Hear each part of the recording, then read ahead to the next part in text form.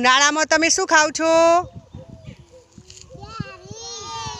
કેરી. જો ભાઈ કેરી ક્યાં આવે? બોલો કેરી ક્યાં આવે? પણ શેનું ઝાડ? શેનું ઝાડ? આંબાનું ઝાડ. જો આ આંબાનું ઝાડ જો આ સામે રહ્યું ને આંબો હો જો.